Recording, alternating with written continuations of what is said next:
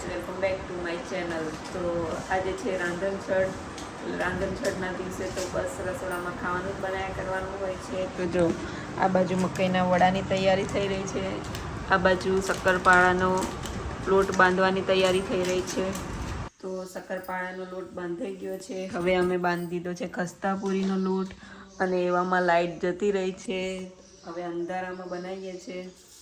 થોડી ખાવાની બ્રેક પાડી દીધી હતી. હવે અમે બનાવીશું ખસ્તા પૂરી. જો આ એક રોલ વળે છે, અહીંયા એક રોલ વળી ગયો છે, આ બાજુ વણે છે, આ બાજુ તીખી પૂરી માટેનો લોટ બાંધે છે મમ્મી, અહીંયા દાદી ગુલ્લા બનાવે છે ને પપ્પા બનાવે છે આનો ગોલ, અને આ બાજુ ઉપર જે છે ને એ ઘૂઘરા માટેનું મિશ્રણ બનાવી દીધું છે. આવું થાય વધારે કરીને તારે. તો છઠનું ખાવાનું બનાવતા બનાવતા અમારા તે વિષ્ણુ ભગવાન બી આવી ગયા છે શ્રાવણ મહિનામાં.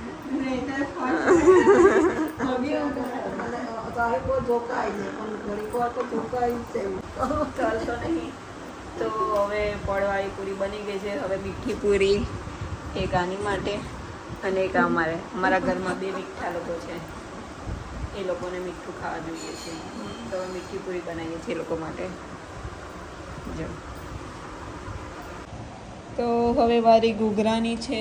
જો થાકી ગયા છે સવારથી વણીને.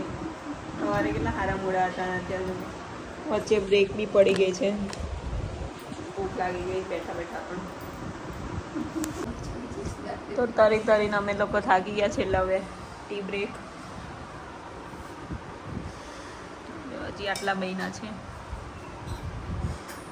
ઘૂઘરા બી બની ગયા છે એટલે કે હવે તરાય છે ઘૂઘરા. ટી બ્રેક પછી હવે આની વારી છે તીખી પૂરીની. અમે બે તો સવારથી હવે લાગે રાત્રે ઊંઘમાં બી આવી તે વણવા બેસી જઈશું. આ સાઈડ મમ્મી વડા બનાવે છે. જો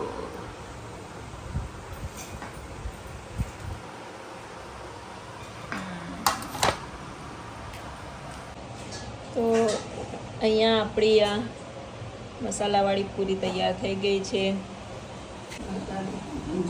પૂરીના લોટમાંથી આપણે થોડા આવી રીતે શક્કરપારા જેવા બી કરી લીધા છે.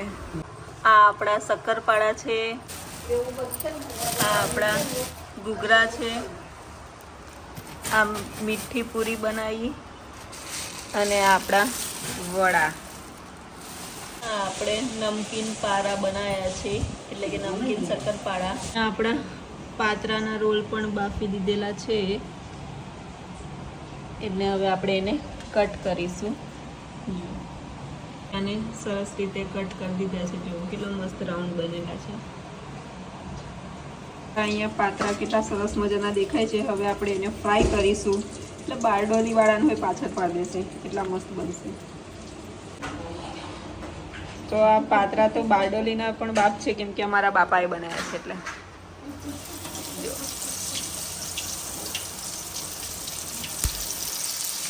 સવારના 7:30 કે 8 વાગ્યાથી રસોડામાં જ છે.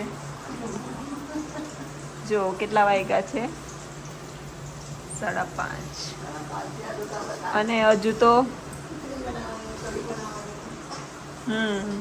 આ તો ખાલી હજી તરવાનું જ થઈ ગયું છે. તરવાનું જો થઈ ગયો ને બારડોલીનો બાપ. તો બસ આ રીતે જ આપણે બીજા બધા પાત્રા પણ તરી લઈશું. તો આ આપણા પાત્રા પણ બની ગયા છે, મસ્ત ક્રિસ્પી કરારા. બાય, જય શ્રી કૃષ્ણ. જાઉં છું હવે. થઈ ગયું છે બધું કમ્પ્લીટ. Bye bye. બાપુની રેસીપી. આ સવારના નાસ્તા માટે દૂધ બનાવી દીધું છે ડ્રાયફ્રૂટ વાળું, કેમ કે ચા તો હવે ઠંડી મજા ના આવે, એટલે દૂધ તો ઠંડુ ચાલી જાય. આમાં આપણે ચણા અને બટાકા બાફવા મૂકી દીધા છે. તમને ખબર જ હશે ચણા અને બટાકા કેમ બાફીએ છીએ, કેમ કે સાતમના દિવસે પાણીપુરી સિવાય કોઈ ઓપ્શન નહીં હોતો કે જે ઠંડામાં થોડોક સારું લાગે ખાવા લાયક.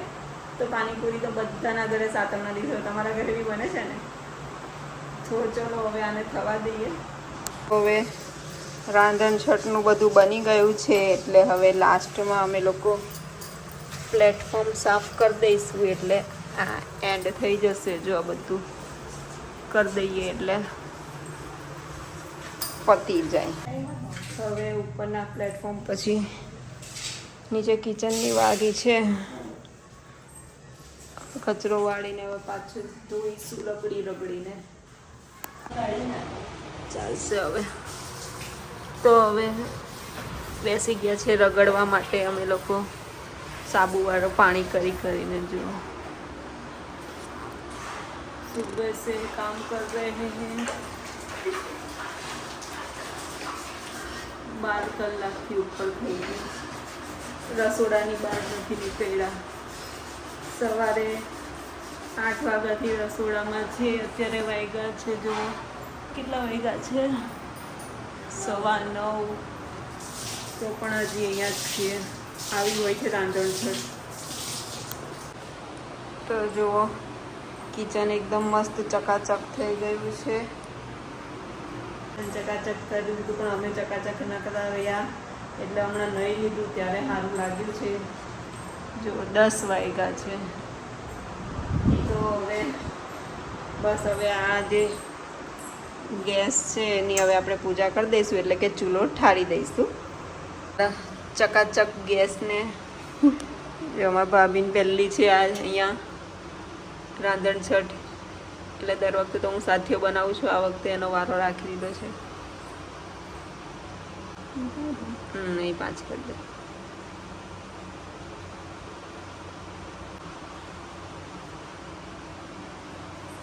તો આ અમારો ચૂલો ઠરી ગયો છે. હવે ડાયરેક્ટ ચાલુ થશે પરમ દિવસે.